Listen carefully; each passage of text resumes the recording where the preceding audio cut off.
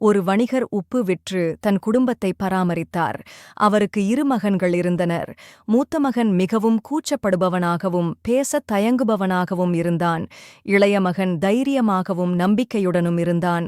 மூத்தவனின் அமைதியைக் கண்டு ஊரார் அவனை முட்டாளென நினைத்தனர். சிலர் அவனது அப்பாவித்தனத்தை பயன்படுத்தினர். ஆனால் அவன் ஒரு வார்த்தையும் புகார் சொல்லவில்லை. வணிகர் தன் மூத்த மகனின் பயந்த சுபாவத்தால் அடிக்கடி கோபமடைந்தார். ஏன் இப்படி இருக்கிறாய் என்று கடுமையாகத் திட்டினார். இது அவனை மேலும் பயமுறுத்தியது. தன்னம்பிக்கை குறைந்தது. வளர்ந்தபோது இந்த பயம் அவனது படிப்பை பாதித்தது. தேர்வுகளில் மனம் பதறி பதில்கள் எழுத முடியவில்லை. கற்பதும் கடினமாக இருந்தது. இளைஞனான போது தந்தை அவனை வணிகத்தில் உதவச் சொன்னார். தந்தை திட்டுவாரே என்று பயந்து அவன் ஒப்புக்கொண்டான். ஆனால் பதற்றத்தில் தவறுகள் செய்து அவரை மீண்டும் கோபப்படுத்தினான். ஒரு நாள் வணிகர் வெளியே சென்றிருந்த போது சில ஏமாற்றுக்காரர்கள் கடைக்கு வந்து, உன் அப்பா எங்களை உப்பு மூட்டைகளை நகரத்துக்கு எடுத்து வரச் சொன்னார் என்று பொய் சொன்னார்கள். இளைஞன் தயங்கினான். கேள்வி கேட்க பயந்தான். அவர்கள் எல்லா பொருட்களையும் எடுத்துச் சென்றனர். தந்தை திரும்பி கடை காலியாக இருப்பதைக் கண்டு ஆத்திரமடைந்தார். முட்டாள், எல்லாவற்றையும் திருட விட்டு விட்டாயே, மிகப்பெரிய நஷ்டத்தை ஏற்படுத்தி விட்டாய். இனி என் கண்முன்னே வந்துவிடாதே என்று கத்தினார். இளைஞன் மனம் உடைந்தான். தந்தையின் கோபமும் ஊராரின் சிரிப்பும் தன் உதவியின்மையும் அவனை மதிப்பற்றவனாக உணரச் செய்தன. மனம் நொந்து ஆற்றங்கரைக்கு சென்றான். நான் எதற்கும் உதவாதவன். எப்போதும் நான் ஒரு தோத்தாங்கோலிதான். என்னால் ஒரு பயனும் இல்லை என நினைத்து ஆற்றில் குதிக்க முயலும்போது ஒரு இளம் சீடர் அவனை காப்பாற்றினார். ஏன் என்னை காப்பாற்றினீர்? என் வாழ்க்கை பயனற்றது. என்னால் எதையும் சரிவர செய்ய முடியாது என்று கோபமாக கேட்டான்.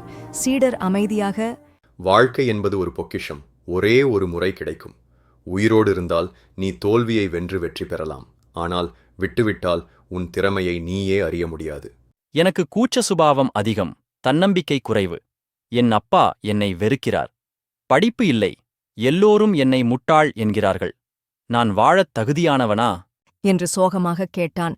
அதற்கு அந்த சீடர் புன்னகைத்து, இந்த கேள்விக்கு என் குரு உனக்கு பதில் சொல்வார். என்னோட வா. முதலில் மறுத்த இளைஞன் பின்னர் ஒப்புக்கொண்டு ஒரு மடத்திற்குச் சென்றான். அங்கு பெரிய மரத்தின் கீழ் ஒரு ஞானி தியானத்தில் இருந்தார். இளைஞனும் சீடரும் வணங்கினர். ஞானியை பார்த்து இளைஞன் கண்ணீர் விட்டான். ஏன் அழுகிறாய் மகனே என்று ஞானி மென்மையாக கேட்டார். நீங்களே என் கடைசி நம்பிக்கை. உங்களால் உதவ முடியாவிட்டால் நான் வாழ மாட்டேன். இளைஞனிடம் அவனது பிரச்சனைகளை சொல்லச் சொன்னார். அவனும் நடந்த எல்லாவற்றையும் சொன்னான். அதைக் கேட்ட பின், உனக்கு ஒரு தீர்வு இருக்கிறது. 3 நாட்களுக்கு நான் சொல்லும் வேலைகளைச் செய். 3வது நாளின் முடிவில் உன் வாழ்க்கை மாறும். இளைஞனும் ஒப்புக்கொண்டான்.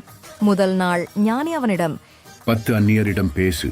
அவர்கள் வாழ்க்கையைப் பற்றி கேள். பதில்களை எழுது. இளைஞன் தயங்கினான்.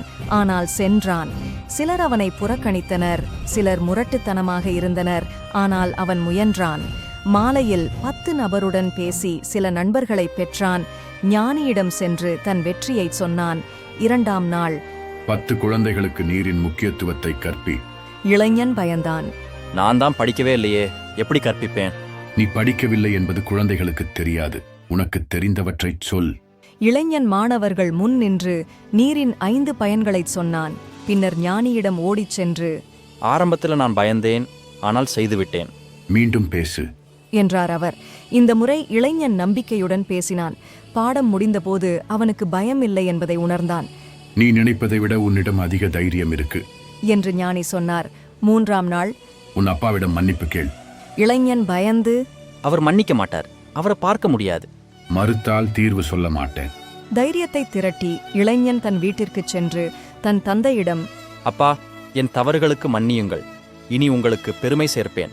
மகனின் மாற்றத்தைக் கண்ட தந்தை, நீ என் மகன் என்று அணைத்து வணிகத்தில் மீண்டும் இடம் தந்தார்.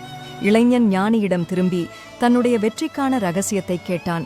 அவரோ புன்னகைத்து, நீ அதை ஏற்கனவே கண்டுவிட்டாய். உன் பயமே உன் எதிரி, கூச்சம் அல்ல. நீ உன்னை எப்படி வெளிப்படுத்துகிறாயோ அப்படித்தான் மக்கள் உன்னை பார்க்கிறார்கள். பயந்தாலும் தைரியமாக நட. உன்னை நம்பு. அதுவே உன் வலிமை. இளைஞன் கண்ணீருடன், இனி பயம் என்னை வெல்லாது.